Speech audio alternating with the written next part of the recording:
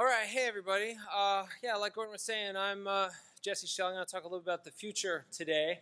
I've been doing VR a long time. I started doing it in graduate school, and then I worked at the Disney Virtual Reality Studio for about 7 years, back when virtual reality helmets were, more serious endeavors. I helped build a thing called Disney Quest, which was super fun. Disney's virtual reality theme park down there in Orlando. After 17 long years of operation, it's finally shutting down. It's ready. Time for a new era. For the last 14 years, I've been teaching at the Entertainment Technology Center at Carnegie Mellon University, where a lot of my time has been spent teaching the Building Virtual Worlds class. And so I've been teaching that for the last 14 years, and we've made over 1,000 virtual worlds in that class during that time. And also I run Schell Games, which is, 100 strong and 4 weak guys in Pittsburgh, Pennsylvania. And we're really into VR right now. We've got 3 different titles in development for VR right now, which is crazy when I look at it all at once, but I'm not going to think about it too hard. So thinking about the future, the thing that's hard about the future is it keeps getting faster and faster and faster. It keeps speeding up, and that makes people not want to think about it. There's a lot of people who at this point say, you know what, whatever comes, comes. I'll just deal with it when it shows up. In other words, they willingly make themselves future blind. And you can live that way if you want to be that kind of person and live that way, but you don't have to live that way. It is hard to predict the future, but you can do it if you practice, but you need to practice. The way I practice, I have a little website called crystalballsociety.com. It's just a YouTube channel. Myself and other people, we make predictions about the future in 1-minute YouTube videos, put them up there. I've been a little lazy about it lately because, I'm making videos. So instead today I'm going to give you a whole bunch of predictions. I've got 40 different predictions about the VR industry that may be useful to you today. It's very scary to make predictions, especially among such an august crowd as this, because, you're going to get some wrong, and, people are going to be like, way to go, Nostradamus. And so I'll be Nostradamus today. I'm just going to go for it. So first thing, market. Everybody wants to know about the market for VR. Is anybody going to buy this stuff? And I say yes. And do you know why? Because for the past 5 years, the console game industry has been systematically trying to bore us to death. I mean destiny. No, I mean death. Why did I say destiny? I don't know. They've been just trying to bore us. Everything has been boring, and people don't want it to be boring. That is not what gamers want. Gamers demand utopia and nothing less. If they don't believe that you have the road to utopia, they want nothing to do with you. And lately, they've been a little unsure about the game industry, and does it have the path to utopia? And so, because of that, they're bored, and they want something new, and we have something new! Yes! We do. Is that Hillary Clinton? I think that's why she needed those servers. Anyway, we have something new. And so here's my first prediction. Starting this year, or next year, 2016, VR headsets will be in the consumer market permanently. They're not going to go away. It's not going to be like the 90s where they're in Toys R Us for 2 years and then they go away again. They're going to be here to stay forever until we're all long dead. All right, so that's prediction number 1. All right, prediction number 2. In 2016, 8 million gamer headsets will be sold. I'm calling these 3 the gamer headsets. I'm calling the others the mobile headsets. Okay, 8 million. Well, where'd you get that, Schell? What's that about? Well, I think that Sony is in the best position because the other guys, you gotta have a high-end PC. Most gamers don't have the right kind of PC, so now they gotta buy a $1,000 PC and probably some $500 worth of stuff, $1,500. That's gonna scare people. PS4, you got a PS4? Well, there's 40 million PS4s. At least there will be by end of 2016. The 40 million PS4s, 10% of that is going to be about 4 million. If Sony can't sell in 10%, come on. They got to be able to do that. So that's 4 million right there. Well, what about Facebook? Well, I think of it backwards this way. I don't think they'll sell as many as Sony because they got the PC problem, but they've got 300,000 dev kits out there. If they can't sell at least 10 times as many as their freaking dev kits, something's really wrong. So I think they've got at least 3 million. And then Valve, 1 million, because I don't know, Valve. I don't know. They don't seem to be pushing the marketing quite as hard. The thing is really cool, but I'm not really sure it'll go out there. But I think we're going to have about that many. That's my prediction. Okay, next prediction. So now what about the mobile headsets? I think a good rule of thumb, probably for the next 5 years, 7 years, 10 years, something like that, I don't know, that there'll be roughly 4 mobile headsets for each gamer headset that exists. Just because it seems like that number is about right.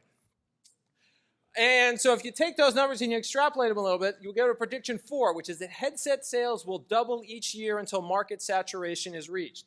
So if you're following my numbers at all, in 2016, there's going to be 8 million gamer VR sets and 32 million mobile VR sets, you know, cardboards and Gear VRs and the 100 others that are going to come out. And then it's going to keep doubling, double, double, double, double. And I think that what I think saturation is probably about half of PC console.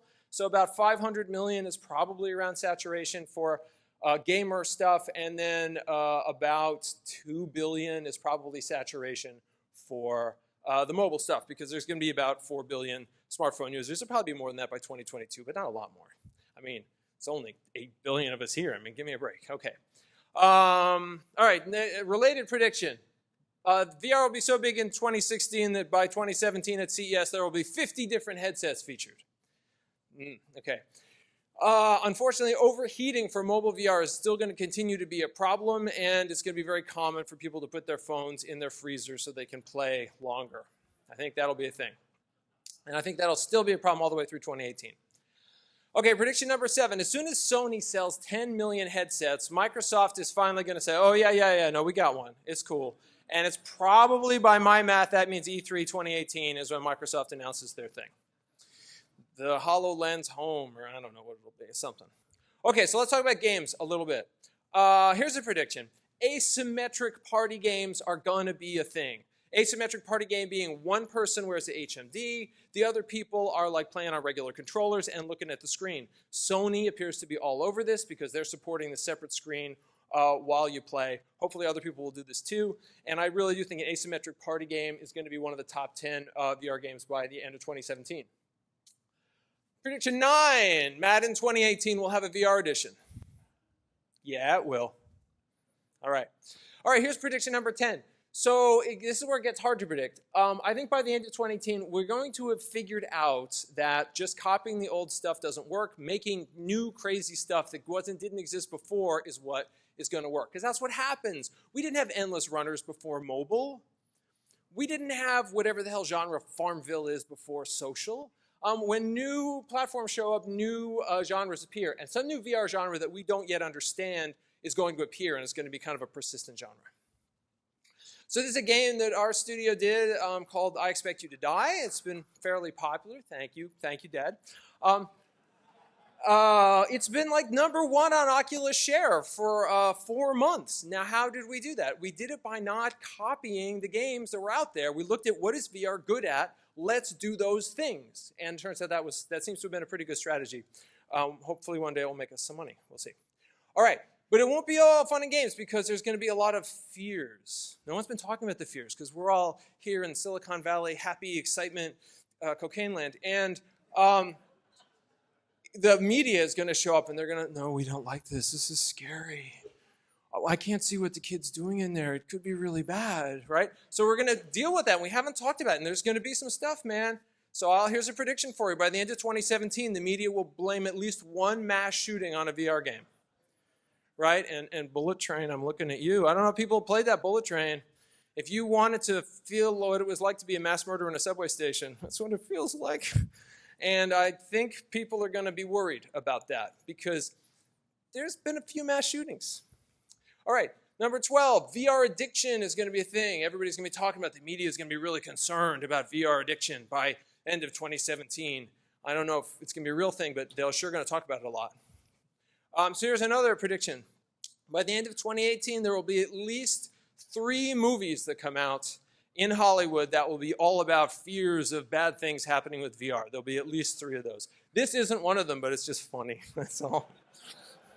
All right, while we're talking about movies, that was Hollywood movies. Let's talk about VR movies, because isn't that where a lot of the money is going to come from? Isn't that what's going to happen? Well, first, here's my first prediction. Documentaries will be the first VR films that win major awards. okay? They're going to win some cool awards because, man, VR documentaries are awesome. You really feel like you're there. Dude, you're totally in the shot. It's a VR movie. Get out. But are they going to make the money? No, that's not what's going to make the money. Oh, my God. By 2020, virtual reality pornography will be a $1 billion industry. Because, I don't know, worldwide porn is something like 10 to 15 billion. If like VR can't take like 8 or 10% of that, are you kidding me? So that's totally going to be a thing for somebody. All right. And if you didn't like making your money that way, how about this way? Reality shows. Virtual reality shows. The fact that that's even a sentence shows that our culture is broken, okay? But it's going to be a thing because that's what people want. They want to be there. They want to be there on Dancing with the Stars or on Kim Kardashian or all that stuff. They want to be there, be there, be there, be there. Virtual reality shows are going to be really, really hot. Okay, but you say, I don't want to do that. I want to make storytelling stuff. I want to make beautiful, grand stories. And I say, excellent. The Divine Comedy, baby. Go there. So, all right, this is a little strange to explain. So, Divine Comedy, Dante goes through hell and other places. He doesn't go alone. Virgil is there. Virgil's like, hey, man, come on. I'll take you. We'll go. We'll go together. I'll lead you through. And he leads him through, and that's what makes the whole story work, is Virgil leading Dante. That's what's going to make storytelling in a lot of VR work. If you don't believe me, go watch this movie. Go watch The Russian Ark. Hands up if you've seen The Russian Ark.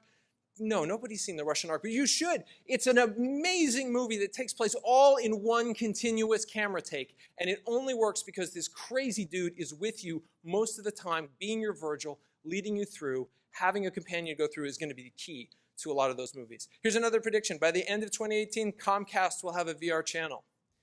Yep. All right, but for feature films, people say, oh, what about feature films? I want to make feature films in VR. Feature films in VR kind of our problem. VR is going to want films to be between 2 minutes and 30 minutes because you get lonely after that period of time.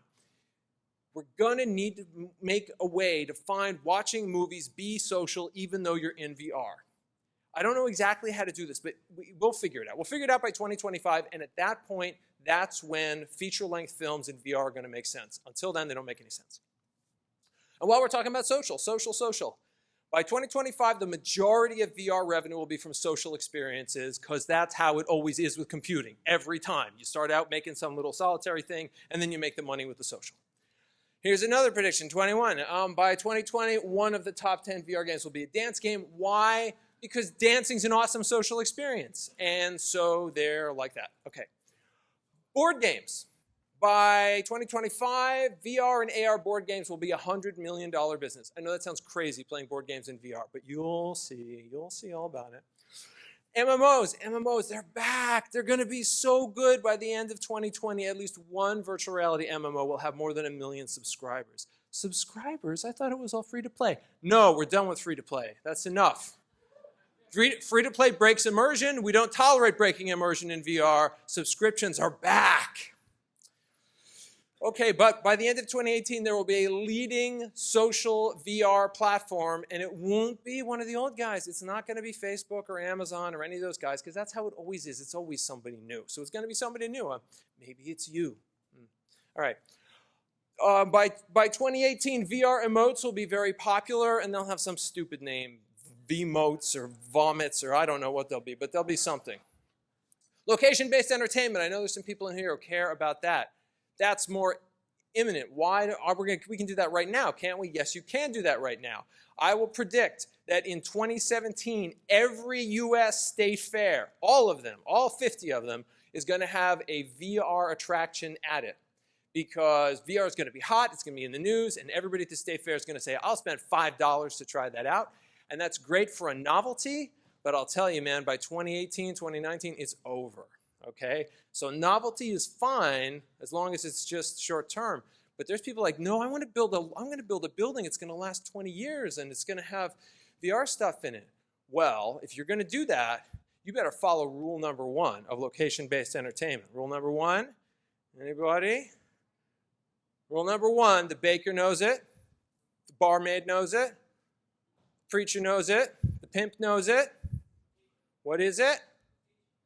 Give them something they can't get at home. That is rule number 1 of location-based entertainment. If you think you're going to set up some location-based entertainment and just take the same systems everybody's got at home, forget it. That's going to last for about 5 minutes. You got to do something they can't get at home. What can't they get at home? Well, let's see. How about this? Oh my God. That's totally a real thing at Europa Park in Germany, and it's awesome. It's really good. They have it synced up super nice. You can't do this at home. And I'll tell you right now, by 2020, there will be at least 20 of these worldwide. Because you can recondition old coasters, just put a nice movie on it. It's awesome. And you don't have to wear it if you don't want to, and just have a roller coaster. It's a really good idea. Can you do this stuff? The Void. The Void. Yes, you can do the Void. Are you too lazy to go and shoot people in Syria? You can do it right here, boots on the ground, in Utah or wherever. The Void. So yes, this can be a thing, running around in a building. They got to solve the tech problems. They got to solve the tracking problems. They got to solve the throughput problems. And most importantly, they need to model bowling. Yes. Bowling is the location-based entertainment that will not die. It will not die. It just stays and stays and stays, and people keep paying for it. What are they doing right? Look at their business model, and if you're going to do VR location-based entertainment, use the bowling business model because it works. If you can't make it match the bowling business model, you're doing it wrong. Hint, rent the shoes. That's a good hint. Related, 2025, bowling with augmented reality glasses will totally be a thing. There'll be things jumping out of your ball. I don't know what it is. I don't know, but it'll be a thing. Touch, we got to talk about touch. Touch, we've all seen little young kids using the iPad and how intuitive and how natural it is. And if you think that's weird, look at this. I don't know if you've seen this. Here's a frog playing games. Oh my God. Oh my God, a game that frogs can play. Why can frogs play this game? Frogs can play this game because touch is primal. It's super primal. It uses the back of your brain. Yes. So not only is touch super primal, we want to touch things in VR. Right now there's nothing to touch in VR. Touch is also a super good business model. These guys figured it out. A video game where you can touch the characters. Oh my God, they made so much money with this. Touch is super good. I'm doing a little thing like this at our studio. It's a chemistry thing. We made our own little chemistry atoms and things, and they snap together with magnets. But what did I make? You don't know what you made until... You can snap a picture of your molecule with our app. The app will identify the atoms and show the molecule they created. Yeah, optical recognition, a little miniature augmented reality right there to identify what the molecules are. I think we're going to see a lot of stuff like this. We're going to see a lot of stuff with props that mix in with AR and VR because it's a good business model and people love to touch stuff. So there's a prediction right there. By 2020, trackable props for virtual reality and augmented reality will be totally common. That will be a totally normal thing. If Nerf sells it, it will be tracked. Also, trackable snacks. Because why wouldn't you? The marketing people are going to do this. You know they're going to do that. Ooh, I'm eating Pikachu. I don't know what's going to be happening, but you'll be eating virtual cookies while you eat real cookies. I don't know how it works. I got to talk about robots for a second because robots are a thing. Everybody thinks robots are going to come into your house and do like all the old jobs. That's not how it works. We don't buy new appliances to do old jobs. We just don't. We didn't buy a dishwasher to wash the dishes. We bought it to sterilize the dishes. So what jobs are robots going to do? Well, I've got a weird job that needs doing. I'm going to tell you about it. Robots are going to be playing patty cake with us big time. What is he talking about? He's crazy. Look at this. When it detects hitting my sword like this, it will recoil and move to the beginning of the next attack motion. Yes, yes it will. So imagine this. Here you are in your VR setup of the near future. You're playing your awesome games. You're running around. Oh, but uh-oh, what is this? I'm up. There's a secret panel in the wall. Aha, well your friendly VR robot friend is here to help. And he's like, I've got a little brick wall texture because he knows where the wall is. So he moves it into place because he knows where your hand is. And so he's just going to put it wherever it needs to be. And you'll reach out and, oh, the wall's right there. Uh-oh, but wait, where's the wooden part? Ah, he found it. And so he's got a little wooden prop and he brings that over. Right? And, what's inside the panel? It's a battle axe. And you can actually pick it up. He hands it right, puts it in the right place, and you pick it right up. And now you're swinging this battle axe around. Oh, it's the dragon. He's breathing on you. Right? Oh, this will totally be a thing. So here's the prediction. In 2025, robots will touch you in virtual reality, and you'll like it. Yes, you will. You will like it. Okay, but we didn't talk about augmented reality very much, so let's do that. Now, a lot of people are saying, ooh, it's all going to come together. It's going to be one thing, convergence, convergence. Technology doesn't converge. It's not what it does. Technology diverges. So I'm saying by 2025, we're going to have VR things, and we're going to have AR things. You'll have a few that are blended that kind of do both, but mostly your VR will be your VR, your AR will be your AR, because you want them both to be good, and to be good, they're going to need to use different technologies and systems. Okay, here's another one. Augmented reality synced with your TV, that's going to totally be a thing, right? You're going to be watching your TV, and there's a regular TV program on, but oh my God, stuff is crawling out and all over your room. Marketers are going to love the hell out of this. It'll be kind of fun anyway, and it's a way to get you watching TV again and watching commercials.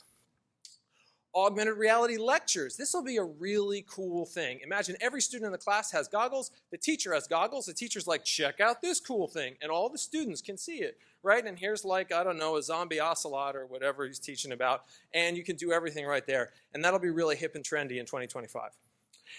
All right, now I want to talk about chasing phantoms around your house, because there's a lot of people like, oh, this is going to be so awesome. We're running all around my house and like fighting phantoms. That's going to be amazing. I'm skeptical on this point. To my mind, this is a lot like, wouldn't it be cool to scan your face in and put it on an avatar? And we said that for years, and then you do it and you're like, this is kind of stupid. Why would I do this, right? And then no one does it.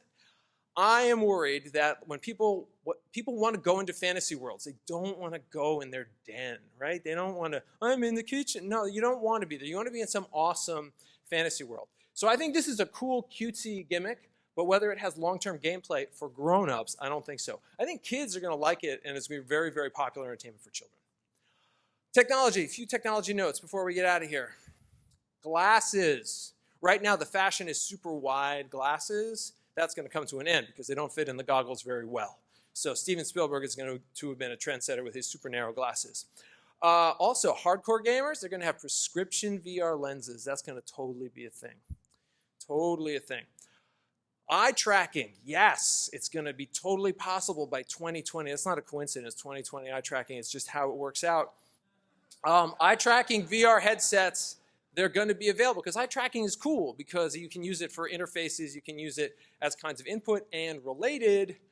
Foveated rendering. By 2020, it will exist. It won't be very good, but it will exist. By 2025, it'll actually be useful as an optimization, making use of the eye tracking in order to kind of have nice foveated rendering.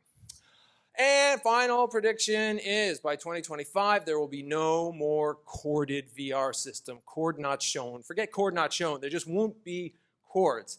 We're going to be sick of them because they're a pain. Either, so batteries are not going to get that much better because we all know Tesla's law, 5% battery energy density improvement per year. That's not going to be enough to get us where we need to be. So probably either we're going to have backpack batteries, boo, I hope not, or we're going to have wireless HDMI that doesn't impinge on your latency. I think probably the latter is the one that's more likely to happen. So there you go. There's my 40 predictions. Thank you very much.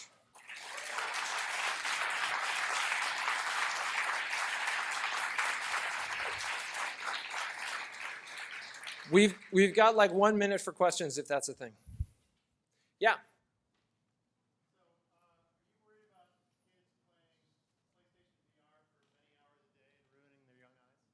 Am I worried about kids ruining their young eyes with PlayStation VR?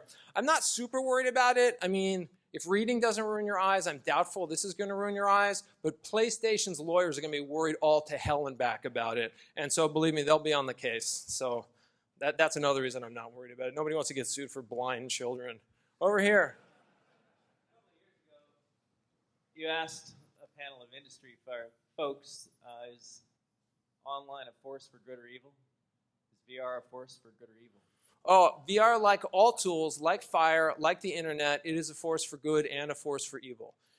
It's going to train people to to do wonderful things. It's going to teach them about science and the world and history, and it's going to teach them how to debase women and how to practice for mass shootings. So it's going to have all those things, just like every wonderful thing that we invent, every powerful thing that we invent can be used for good or evil. So hopefully the people in this room are thinking not just about what are the lawyers going to allow, but how can I use this medium for good?